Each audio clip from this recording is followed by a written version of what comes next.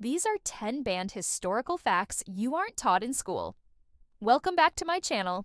It seems like everything is canceled these days, but what else can we remove from our history books? Join me as we count down these 10 more banned historical facts you aren't taught in school. Some of these are so shocking, they don't want you to know them. Let's get started. Number 10, the Great Fire of Rome. In 64 AD, Rome burned down for 8 days. It destroyed 10 of the 14 districts of Rome, leaving over 2 million people homeless. Many believe that the fire was caused by a series of accidents with flammable materials. However, rumors spread that it was Nero who started the blaze to clear land for his new residents. People were even put to death for spreading these rumors.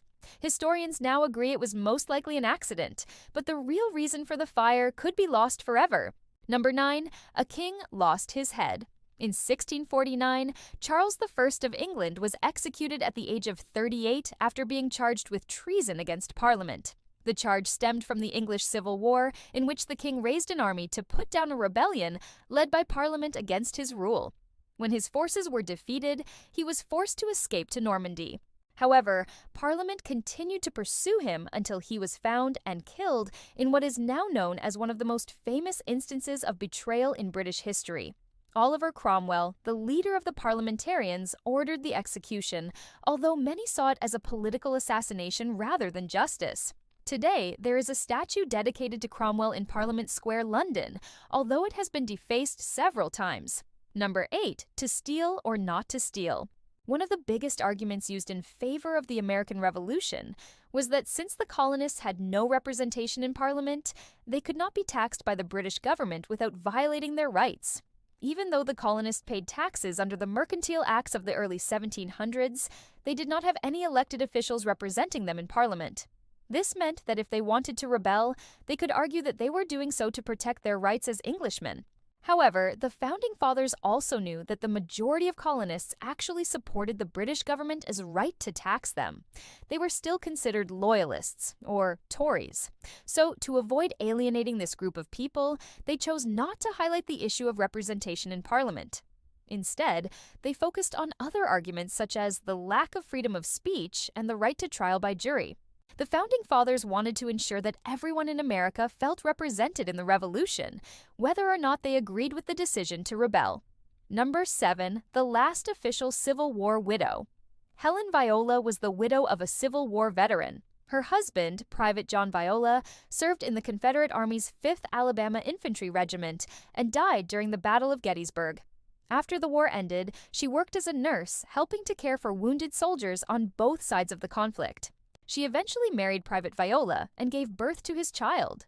However, in 1902, Congress passed a law stating that children born during the Civil War would not be eligible for benefits unless their father had been officially mustered into service.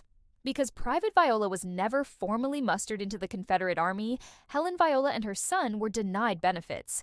But in 2014, this law was finally changed when President Obama signed the Viola pension bill into law.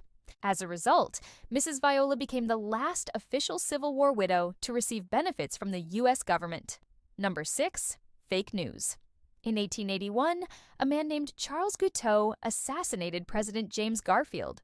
While the motive behind the assassination is still debated by historians today, many believe it was because of Guiteau's obsession with getting government jobs for his friends and family.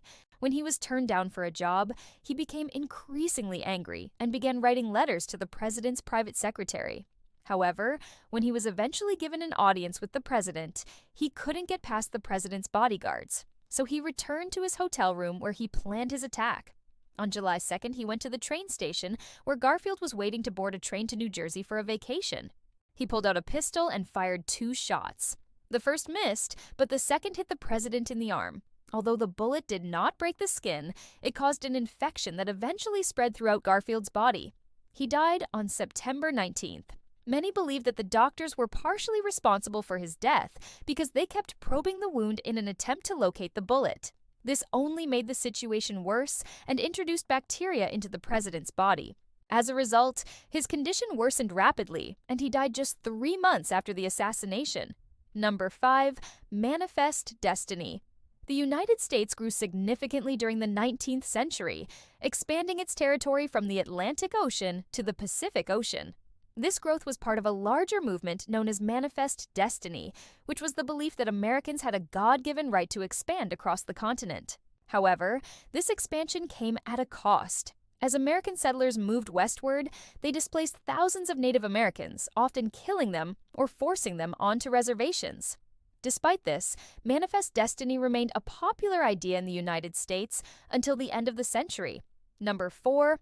Women's suffrage. For many years, women were denied the right to vote in elections. In the United States, the women's suffrage movement began in the mid-19th century and culminated in the passage of the 19th Amendment in 1920. This amendment granted women the right to vote and helped pave the way for future generations of feminists. However, despite this progress, women still face discrimination and violence in many parts of the world today. No. 3. Slavery. Slavery was a common practice in many countries throughout history. However, it was abolished in most places during the 19th century.